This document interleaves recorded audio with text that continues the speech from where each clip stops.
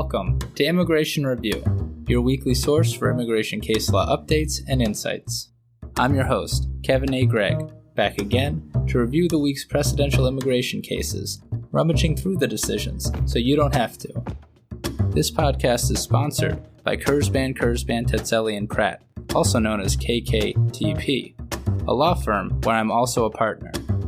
Whether you are facing an immigration obstacle, a serious injury, or a legal issue in your business, KKTP will aggressively protect your best interests. This podcast is also sponsored by DocketWise, an all-in-one immigration forms and case management solution trusted by thousands of immigration lawyers across the U.S. I really like DocketWise. It makes immigration applications easy by allowing the clients to provide information through simple online questionnaires that are shareable by text or email and available in multiple languages. Not only that, DocketWise provides a comprehensive group of case management features, including invoicing and calendaring, secure messaging, task management, and a lot more.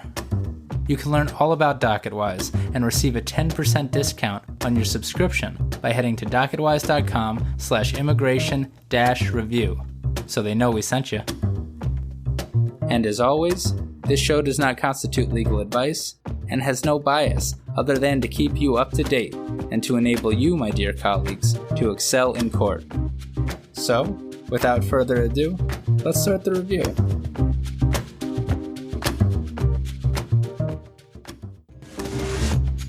In this week's long-awaited special episode, I speak with immigration extraordinaire, John Khosravi. Just looking at John's LinkedIn, it describes an immigration lawyer, a professor, and a podcaster. But that's just the tip of the iceberg.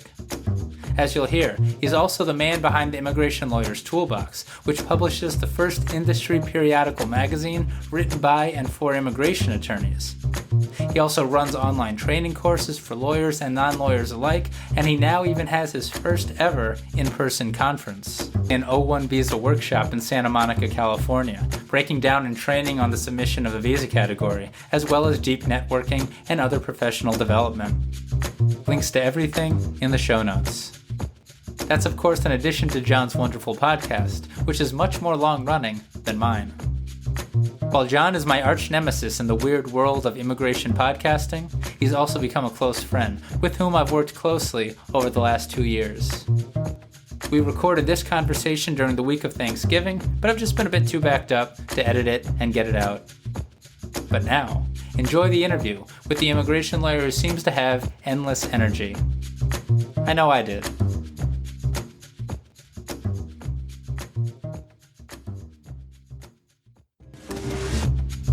Millions of families seeking to improve their immigration status face financial barriers due to the high cost of legal services. Nonprofit Capital Good Fund is working to make these resources available to all, especially those who would not otherwise qualify for traditional loans. Certified CDFI Capital Good Fund is partnering with attorneys to provide the financial services that families need. They offer affordable financing with no closing fees or down payments for those working with attorneys to move their case forward and to get attorneys out of the accounts receivable business. To learn more about the program, email immigration@goodfund.us or call 866-584-3651. And tell them who sent you.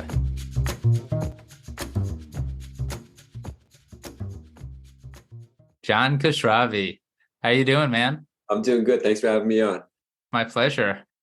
As many listeners undoubtedly know, John has his own podcast, the Immigration Lawyer's Toolbox podcast, whereby John has been interviewing immigration lawyers for years now. I think you're up to like episode 265, 266. Yeah, it's getting up there. I've accounted for 120 of those episodes.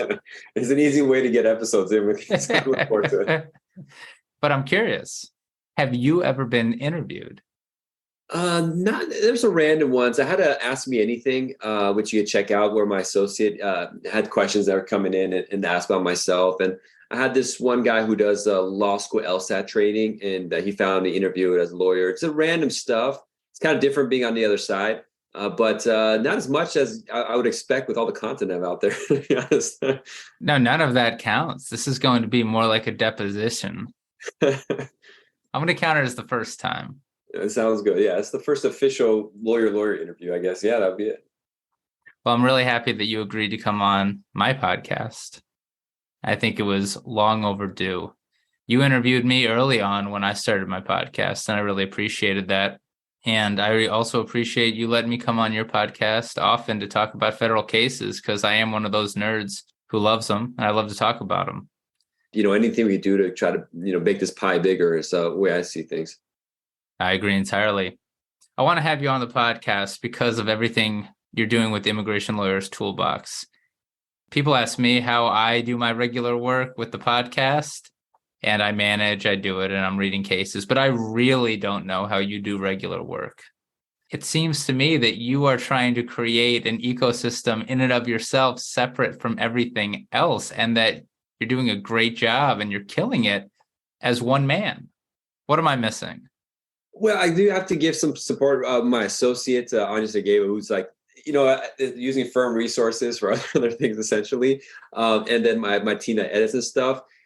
In my mind, I'm only done like 1% of what my idea is. So it's really unsuccessful because I know what I want.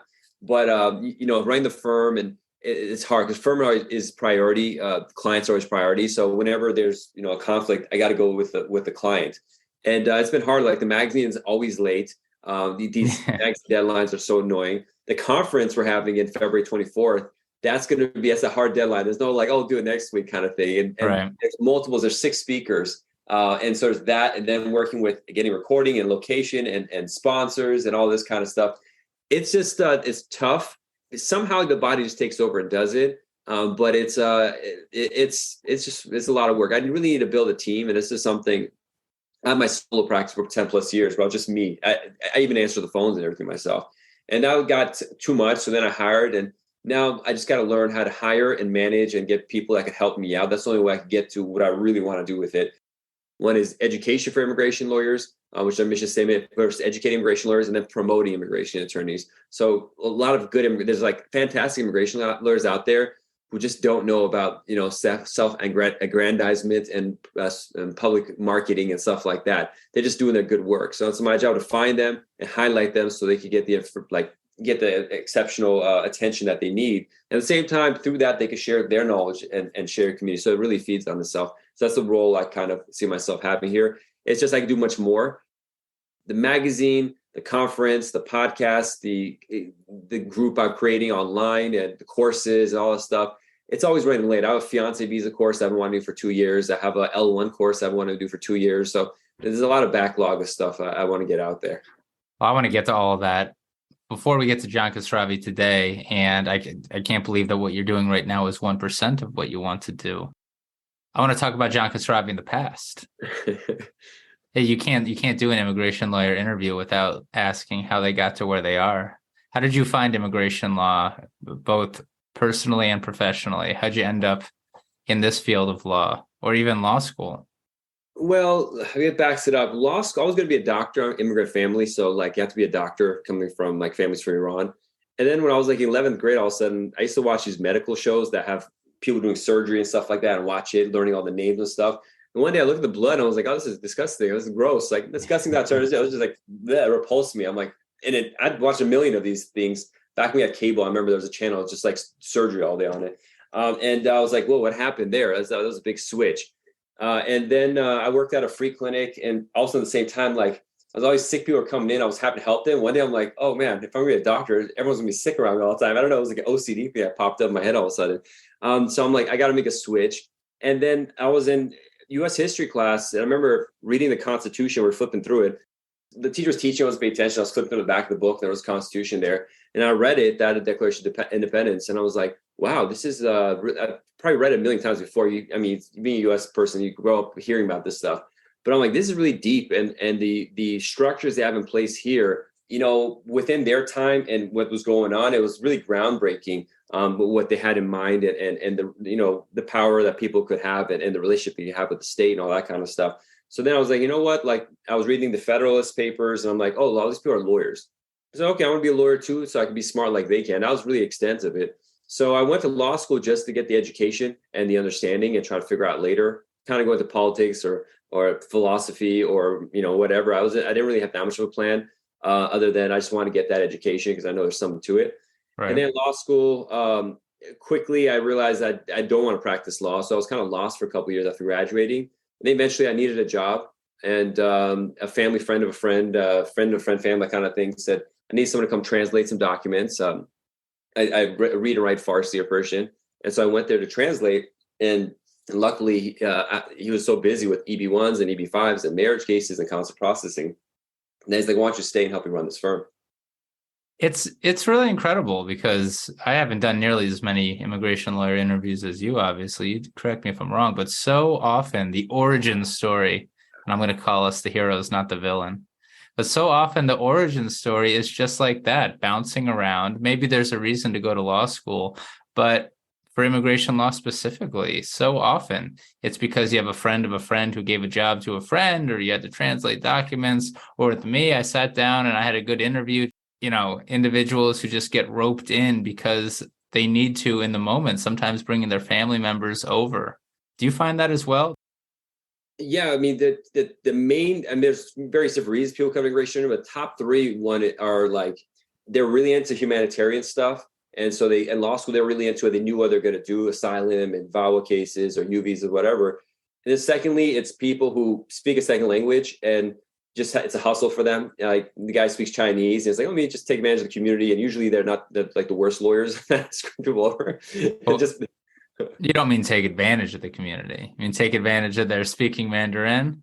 Well, no, it's like they're like everyone just comes there and just file the cases. And it's a mess. Just file asylum for everybody. Everyone comes in. I'll just file asylum and get to work. That kind of stuff. There's a good contingent of people, immigration lawyers like that. Unfortunately, you do mean take advantage of the community. Yeah, literally, yeah. And then it comes to me, and I'm like, "Wait, in 2000, you filed an asylum case? When you file asylum, it's a work permit." We all see these people come in. We know them.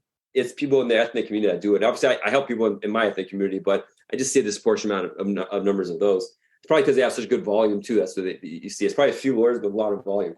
And then there's people who just the next large contingent is people who just kind of fell into it. They're like, oh, it's interesting. They're doing corporate stuff and they have to do an L1, or they're doing a pro bono asylum case and they prefer that than whatever they're doing. There's a lot of people just falling into it. That's a big intro to immigration law. If you end up doing complicated immigration, when you get involved in people's lives, I think it's impossible not to enjoy it, not to be sucked in to you're inside people's lives and helping them in a way. It's very intimate and it's very exciting, and it can be fascinating because every case is a story. Corporations don't tell as good of a story when you're representing corporations as people do. And that's a big draw. I mean, there's a lot of different reasons why I passionately love immigration and I talk about it all day. I've been writing on it all day. It's like obsessive. Other than my family and my hobby is just immigration law. Is eventually it always comes down to a person, and we could ask anything we want to, and we have to get all their documents and their taxes. It's kind of like reading an autobiography. Most people who immigrate are pretty interesting. It takes a lot of nerve and fearlessness or courage to immigrate. So it's really interesting people, no matter what background or what kind of case it is. So it's a love of the client. And I think those who, people are not into people. There's some people who just don't care about people or into it. It's hard to be an immigration attorney like that because it's so much about people, and you have to be really interested in liking people's backgrounds, learning about them, and helping them. It's just a core component. I was talking with one of my associates the other day because we keep giving a lot of discounts and stuff, and it becomes a problem after a while. It's like, and I have the same problem as he does. He's like, when you're talking with them, you like them, you just want to help them, and you kind of want to do it for free because you're like, but it's like, wait, we can't. This is a business. We got to charge. Right. So it's an interesting thing how much we care about our clients when you get really into it, and how you got to kind of walk that line too of not just wanting to do it because you want to help them. Remember, it's a business too. We got to get paid. That's the classic immigration lawyer problem right there. Another component of doing immigration law is you realize that the United States, for better or for worse, right or wrong, there's arguments both ways, treats the non-citizens who are on this journey, trying to come to America, trying to stay in America. We treat them differently than we would ever treat a U.S. citizen. On the adjustment of status application, as you know, there is a question that says, have you ever committed a crime for which you have not been arrested?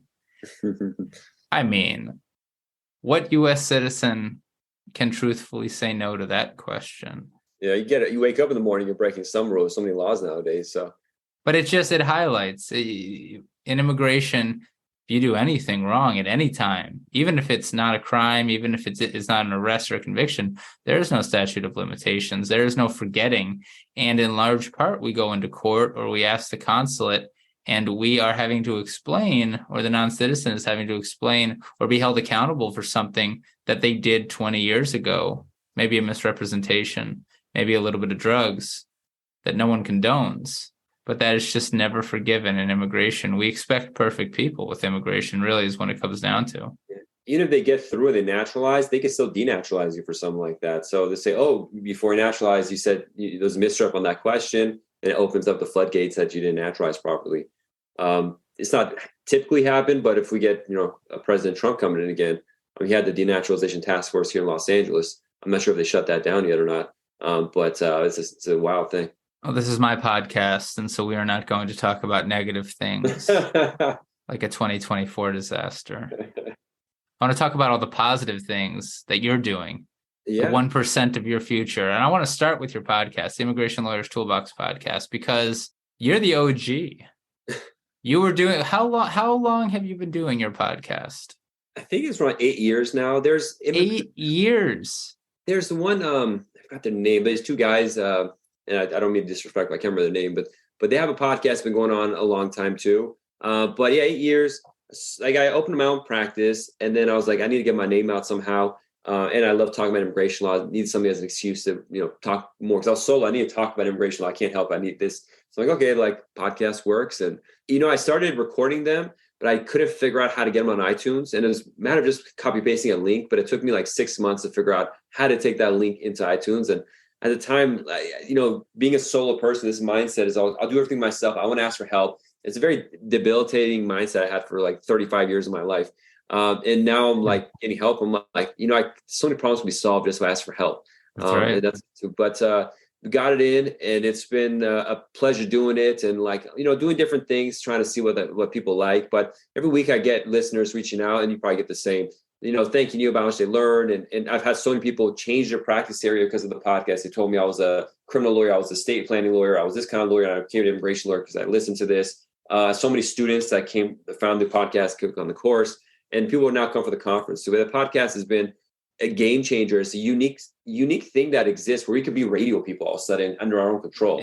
It's incredible. Yeah. I was late to the game. I'm 2.5 years in now. 8 years. 2014. I didn't know what a podcast was. Let me check iTunes if I'm making a mistake. iTunes. Who talks about iTunes? Who? That's not even important anymore. I'm just trying to see how long it's been. I'm trying to go to the first episode. Like I was 2015, June 2015. Okay. Now, it was earlier than that. I was putting them on YouTube because I didn't know how to put it on iTunes. So it's probably like late 2014-ish. So. But how did you decide to interview people? I mean, you can do a lot of things with immigration. Why did you decide to do a podcast that interviews immigration attorneys? I guess just probably first when I was insecure in my own knowledge. So I'm like, who am I to come here all of a sudden to talk about law? Like I'm some expert. I've been doing it for like 4 years or 5 years at that point. My math is wrong, but I realized I want to do this, and how am I going to do it? Well, I have other people do it. So if there's mistakes, it's them making the mistake, not me. And at the same time, there's some blowback in publicity for me talking. So, okay, this guy's so much into immigration that he's doing a podcast talking about all that. He must be an expert as well. And so I just did that until I felt comfortable enough to just talk, because my podcast wasn't listen. A lot of it is interviews, but a chunk of it is just talking about the law and analysis and things that I learned every week. I try to share that knowledge. And that's what it kind of turned into, because I realized I don't want to come out as the ultimate expert. I know I taught immigration law at Pepperdine Law School, at Loyola Law School, and I teach stuff. But at the same time, we all have this insecurity of not knowing if we know everything right. But I say, you know what? I take notes every week when I learn something. Every day I learn something new in immigration law. And then I just go through that, and I try to go do a podcast talking about all the stuff I learned last week. Every week I wonder if this is going to be the last week. I never really think that, but it's a lot of work. I don't have to tell you. The way you're doing it is a lot of work. You got to study all these cases, and then you edit. I just started doing live now and just go off because it's like so much easier to go live and shoot out. I can't do the live. It's too scary. Yours was the first podcast. I don't think I've ever even told you. Yours was the first immigration podcast that I found when I thought about doing a podcast of my own, which, as I've so often said, was actually my wife's idea. So I didn't even have the idea to do a podcast of my own. But when that idea was told to me and implanted it in my brain as my own idea, which I believe is how marriage works. Then I found your podcast. I said, oh, okay, this guy's doing it. This guy seems like he knows his stuff. Let me just make sure he's not summarizing. If this guy's doing it, then it must be. Yeah, right. That's not what I saw that I was going down that path with my words, so I pivoted. I see that, like, I was like, wanted to be a rapper when I was younger, and then I was like, Drake is doing it. He's number one, and it doesn't seem that hard. The way Drake's doing it, just talking, and then he's got a quick beat. So I'm like, I can do this. I still think I can. It just takes commitment, which I don't have towards that craft, so I gave up on it. You and I both have an advantage. We both have faces for podcasting. So the podcast is cool enough, and that, I mean, keep going, because the interviews are great. They're important, and you learn a lot. I mean, I was watching my partner, Helena Tetzeli, they did a couple of weeks ago, and I learned new things, even though I've been with her for 6 years. Yeah, the storytelling aspect goes to the immigration. It's always an interesting story that comes within. The podcast on there's a part that people don't see. Like, for every interview I do, I talk with 3 or 4 immigration attorneys in private just to connect, and every once in a while we do interviews. But there's, beforehand we talk, after the interview talk, and you develop a personal relationship. And I've talked with hundreds, if not 1,000+ immigration lawyers for an hour at a time throughout my career. And, it's an investment in the community. It's an investment in relationship, friendships, and connections. And through this, like, I have a listener who's listening from the beginning. He's originally from Switzerland. He's a great guy. And I had this E2 case that was in Paris. Paris was taking 6 months to do an interview. And then somehow I found out, Switzerland is doing faster E2 cases. And I reached out to him, what's the deal? And he filled me in. Lawrence Wolfer is a great guy. He's a partner at a firm in New York. And through that, the connections, the benefits really come from the podcast in different ways that, viewers can't see. So it's not something I'm ever going to give up. Whatever I do in life, I think I'm always going to have a podcast. If I go into fishing or whatever, I would just go do a podcast, because the amount you learn because of the podcast, the connections you make, it's just podcasting is part of my DNA now. It's always going to be there. Do you have a travel mic yet? I got one. I was listening to Tim Ferriss' podcast like a long time ago, and he's like, "This is the mic I have for traveling." And I have a bunch of mics, but I don't have this box that they have it. I don't know how to save it. So I'm like, you know what? We just do Zoom recording. It records here, and then I choose that audio, which is not the best audio. You don't know how truly loud a hotel is until you're trying to record a podcast in a hotel. The amount of doors slamming, cleaning outside, I mean, it's incredible. It's you learn so much in this weird world that we've entered. I'm here at home since COVID, and even before that, and the kids will be screaming in the background. Like, I have a video editor that adds a logo and chops it up, and he's like, "I heard your kids in the background screaming." And I'm like, "Just leave it in there." It is. They're playing, I swear. I want to talk about the magazine too, because I am so impressed with the magazine. You're publishing issue 5, right? Because I think I'm in issue 5, but it's not published yet. Issue 6, maybe. You're on. It's issue 6. Yeah, it's going to be issue 6. Let me double check. So it's supposed to be out 3 weeks ago, but one of the sponsors still hasn't got me one thing. One of the articles still not in yet. So I might, the first issue had like 20+ articles, and every time it goes on, it's harder and harder to get people to send the articles. So it keeps getting smaller, but the smaller it is, the faster I can potentially get it out. It should be out any day now. That's the thing about it, but it's ready. It's like 80% there, but we got to keep proofreading. That's another thing on magazines. Like, I'm like, yeah, just get it out. Then everyone reads it. It's like, oh, there's no period here. There's a misspelling here, and it's really embarrassing. So I have to keep proofreading like a million times. But it's probably going to come out this soon. Right. No. So issue 6 is coming out soon. I did participate in it, and I was happy to do so. But I was just scrolling through issue 5. That's why issue 5 was in my head. It is really professionally done. It looks like with real heavy hitters in immigration participating. How did you put this whole thing together, and how do you continuously do it? How does one even create a magazine? This should be like, in every immigration lawyer should be reading this, because the content, it really is like, I can't believe the people are writing and what they're writing in here. I remember when I was studying immigration law, I was just trying to soak as much knowledge as possible, listen to this, recording that, and just trying to find content. If I had this magazine, I would have like been just ecstatic how much content there is in there. And it's just, I told you, I talked with hundreds of immigration lawyers, and I keep asking, you want to do an article? Do you want to do an article? Even us getting the article together took, several issues, because everyone's busy, it's hard to do this stuff. And that's a lot of my time is spent just contacting immigration lawyers, like begging for articles essentially. But it's good begging. I'm happy to do it. And then putting it together. And then I got to market it so people know it's there, so people come. The last issue I published, I didn't have enough time to market it, and it got like a ton of views on its own. I didn't even, so it's like the audience is built up on it. There's the aspect of finding sponsors, and I don't have time for that. So usually, like, we have very few sponsors. I forget to even remind my sponsors to put the ad in there. But it's just a thing of passion. It's such a lovely thing. Ideally, we get a lot of sponsorships, like print it out and then send it to every immigration lawyer. That costs like $20,000-$30,000 probably an issue, and so that's not happening anytime soon. But I'd love to do that, to have a print magazine that everyone gets, could put in their office and could read, because it's just so helpful having this thing, up-to-date information of what's going on, and to help people become better immigration lawyers. Well, you're there now with content, but yeah, I hear you on the 20 to 30,000. But it is a great thing. The fact that there wasn't an immigration lawyer trade magazine, you're right there for anybody who's knowledgeable in an area to publish. And within a couple of years in immigration, you can become an expert in a niche area of immigration law. And it's all right there for publication, and it's actually quite helpful. Hats off to you, and keep doing it, even if it's getting smaller and smaller.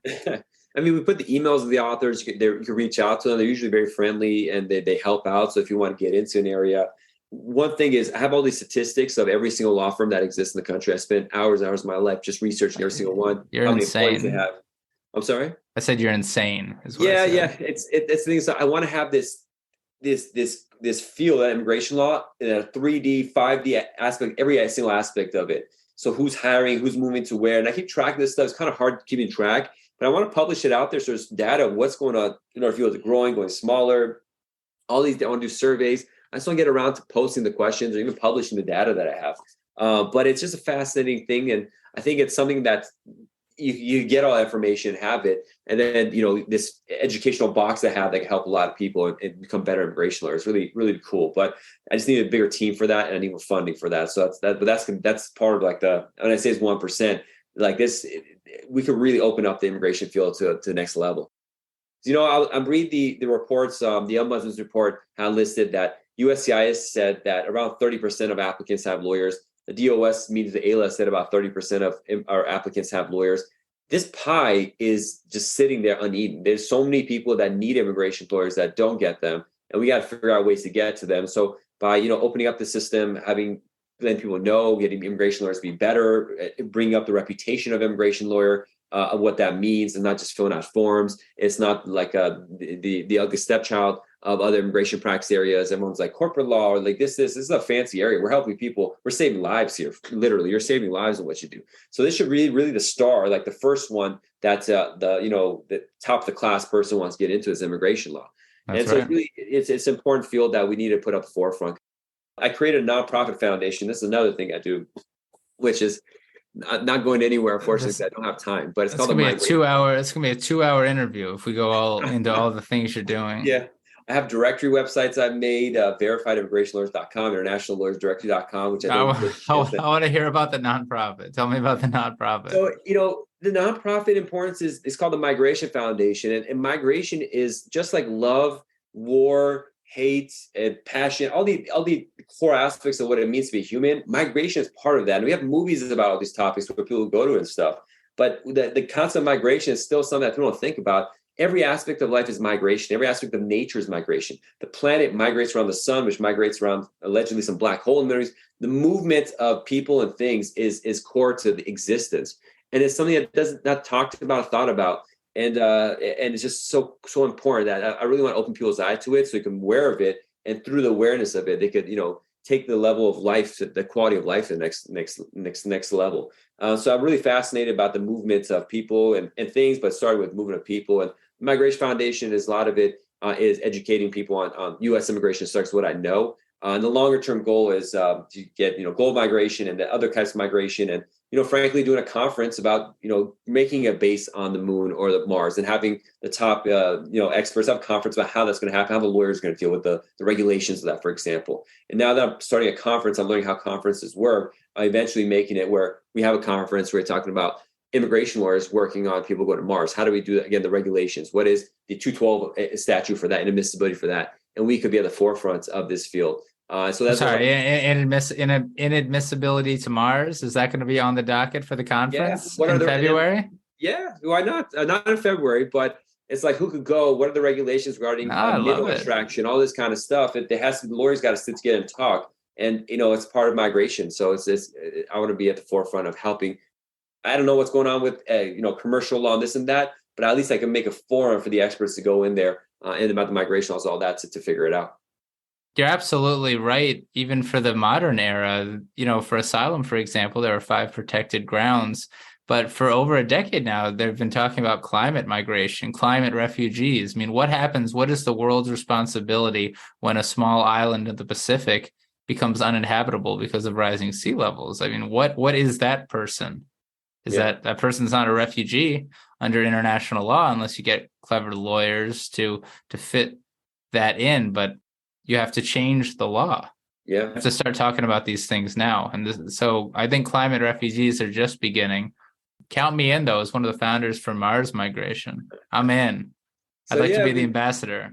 Yeah, we'll get you in. You're close by. You're in San Diego too. So whatever I'm doing here in LA, you could always help out really fast. But it's just, that's right. I got to get to that first. I got to learn how to do conferences, get more connections, have more time and more money and all that. But that's the game plan of really doing stuff that hasn't been done before in a different way. There's so much of that left untapped in the immigration field, and that's why I love this field. There's just so much untouched territory. It's a blue ocean of opportunity. So it's so exciting. We can't wake up. I wake up at 3:30 in the morning every day. And I'm just like, I can't wait to get to my computer so I could get this started, because there's so much goodness in this field. I'm really blessed to have just fallen into it. I can't imagine doing anything else. You're a maniac, John, and you have kids and a wife and a family and a life outside of immigration. I don't know how you do it. You just had the 3rd kid, 3 months now. Congratulations. Thank you. He wakes up around 3:30, starts waking up my wife. But since I wake, I just bring him to the front of the computer with me, and I'm just like shaking him. I have staff all over the world. And so we have our Monday morning recap of our cases at 4 a.m. on Mondays. So I'm in there like with the baby, and then the team lead is talking about stuff, and I jump in there. But it just take advantage of whatever you can. And again, it's so exciting to do this work. So it's like, I have to sleep. Okay, get it in, try to get into bed, try to get to sleep so I can hurry up and get back to work, because I love it. And so I said at the beginning, it does seem like the Immigration Lawyer's Toolbox, you're trying to create an ecosystem that is well beyond the practice of law and, legal statutes and case law. I mean, what are you trying to create here? And I'm going to have links to the Immigration Lawyer's Toolbox and all the things we've been talking about in the show notes. But what are the other things that you're offering the Immigration Lawyer's Toolbox, and what are you trying to create, if you can summarize it? Yeah, I mean, there's the 2 pillars is education, and that's something I could do and with myself, because I could teach and stuff like that. So it starts with education. We have a course on marriage, green cards, and that goes over consular processing, adjustment of status. And a lot of people are new to this game or transferring over to immigration law, need this information. And what I found is most immigration lawyers, they look at someone's cover letter and they repeat it, but they don't go and read INA 212, INA 245. They don't go and read the Foreign Affairs Manual. The course is really focused on learning the core of it so that you have the tools needed to catch everything.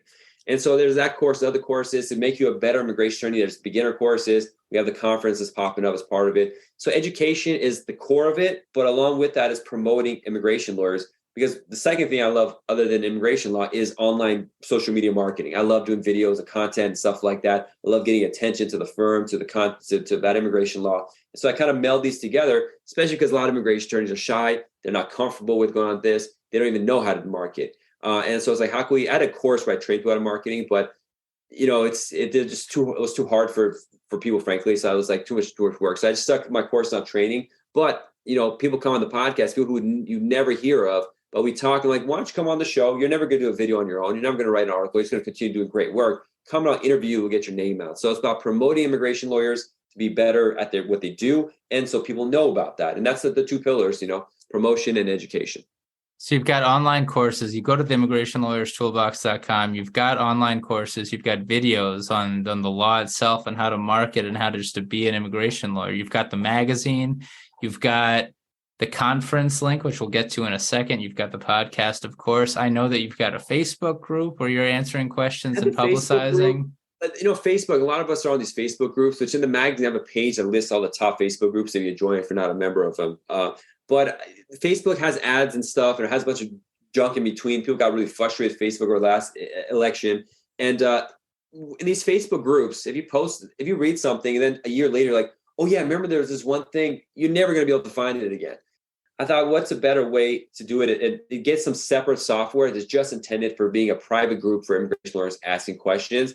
And the key feature is searchability, so that if you read something, you're like, oh, it's interesting. And then, 9 months later, you have a case that's related to it. You could just search it and find that question and answer really fast to help you. Plus a lot of videos and other content that's just in one centralized location. So if you want to join the group, just email me at info@immigrationlawyerstoolbox.com. I'm not very active on it yet because I'm still caught up with all this stuff, the magazine, the conference stuff, but it's a good headquarters to have. But that's part of what's going on in the toolbox to really make it, as you're saying, like this ecosystem is outside. And within that, if people want to make a good course, they could provide that course and sell it there to other immigration lawyers. If they want to, again, self-promote, they could do that in this ecosystem to help educate colleagues to become better immigration lawyers. How are you can't do these things without some sort of organizational method. And we haven't even gotten to you managing your law firm. What is your organizational structure like?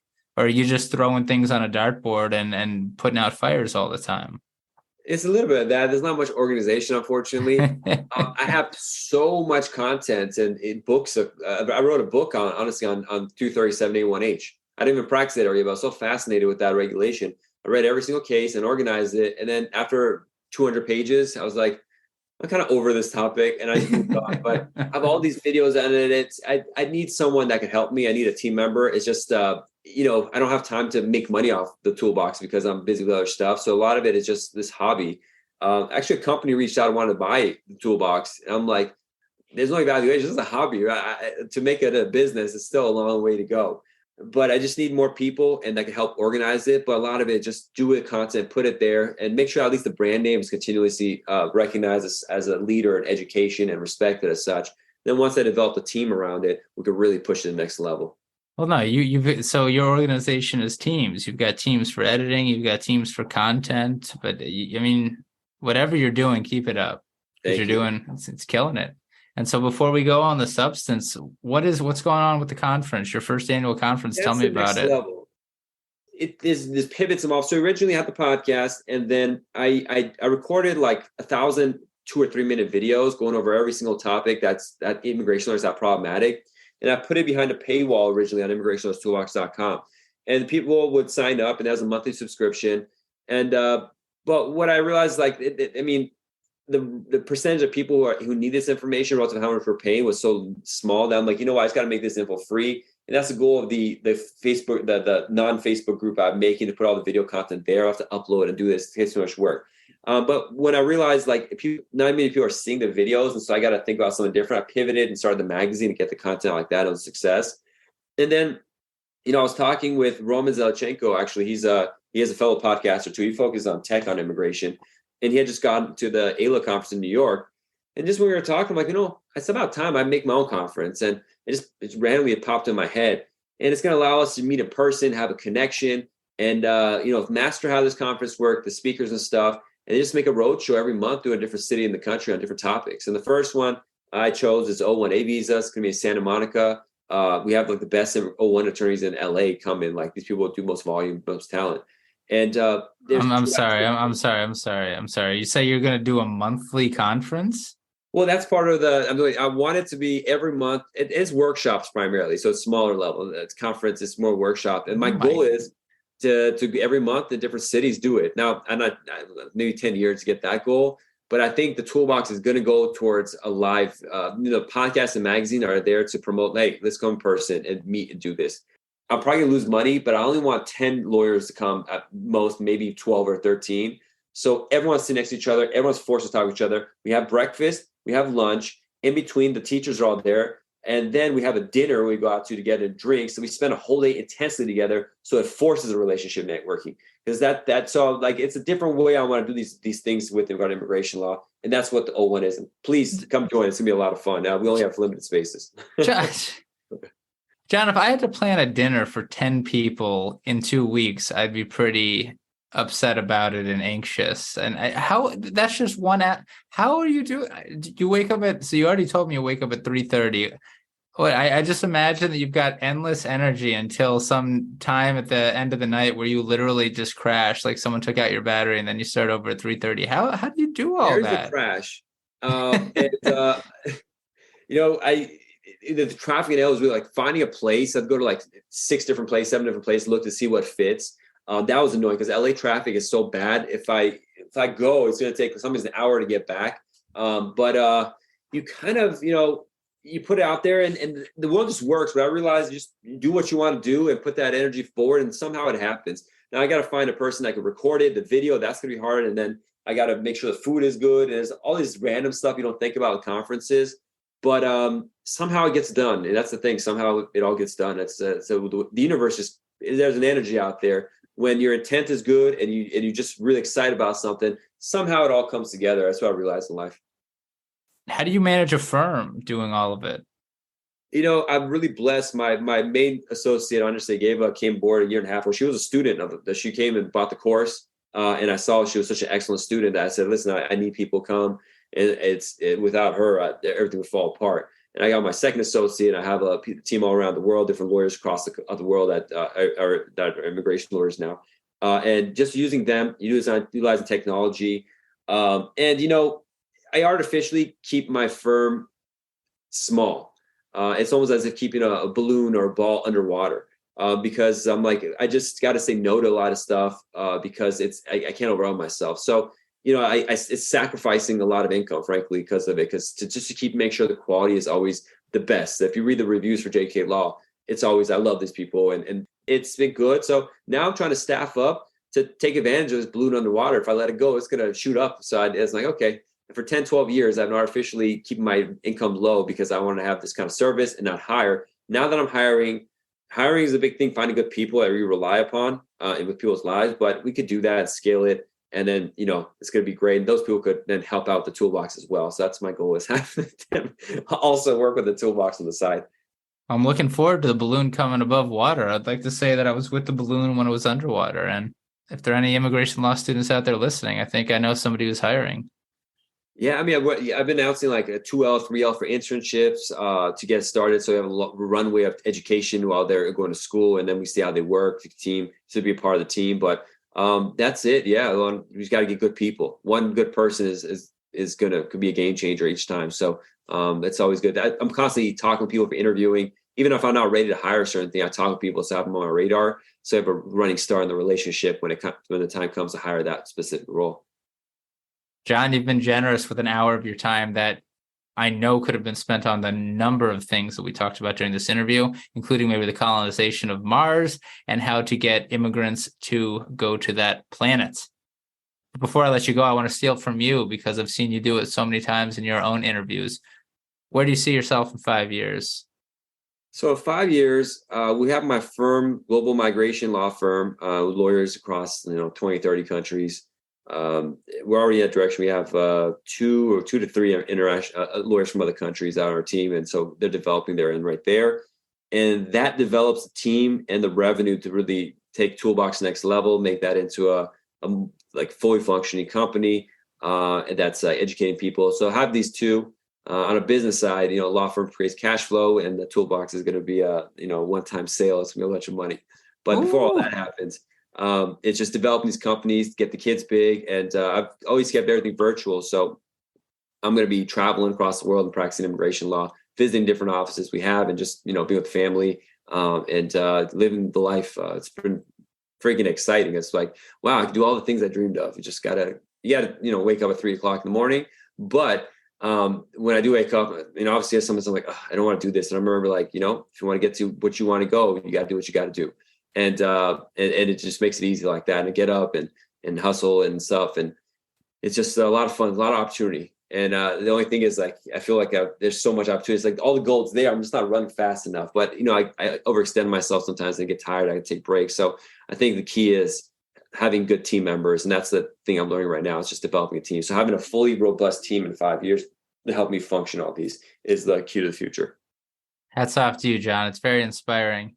And if Immigration Lawyers Toolbox is supposed to go public in 5 years and get bought out, I think that maybe you do a Series A funding in 4 years and you hit up your friend Kevin Gregg for maybe a little investment before you go public.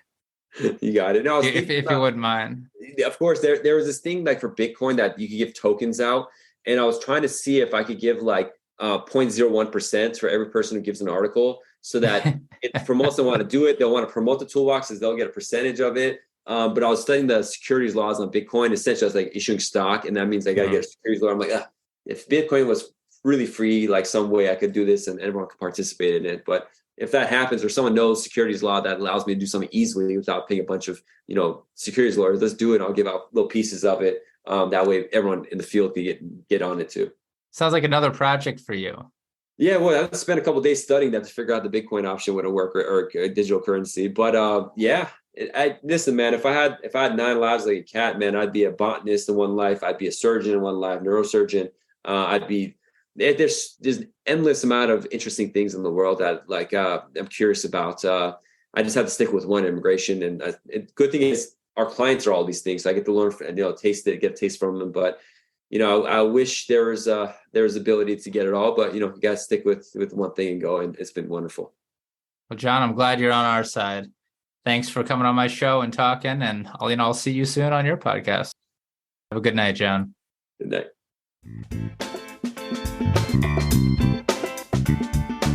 So there you have it. I'm Kevin A. Gregg, a partner with the law firm Kurzban, Tetzeli, and Pratt, and this has been another episode of Immigration Review. Thank you for listening, and I hope you enjoyed it. If you did, please share it with a friend and rate and review us. Each review helps new listeners find the show. And of course, subscribe to Immigration Review wherever you get your podcasts. If you like what we do and want to become a patron of the show, please check out our Patreon page at www.patreon.com/Immigration Review, or click on the link in the show notes. And if you're interested in an official Immigration Review CLE certificate for 5 credit hours, email me at kgreg@kktplaw.com with your full name and the episode numbers for the 10 shows you've listened to. Also, feel free to email me with questions, comments, or anything at all. And follow the show on Instagram and Facebook at Immigration Review, and send us a tweet at ImReview. That's IMM Review. I'll be back next Monday for a brand new discussion. Until then, I'm Kevin A. Gregg, bringing you the Immigration Review.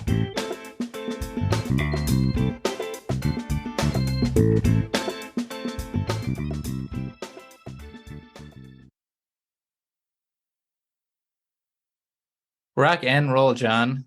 Give me a generous hour of your time that I know could have been spent on a million things. A lot of them we talked about ourselves. Maybe it'll be thinking about immigration law on Mars or something, even Venus.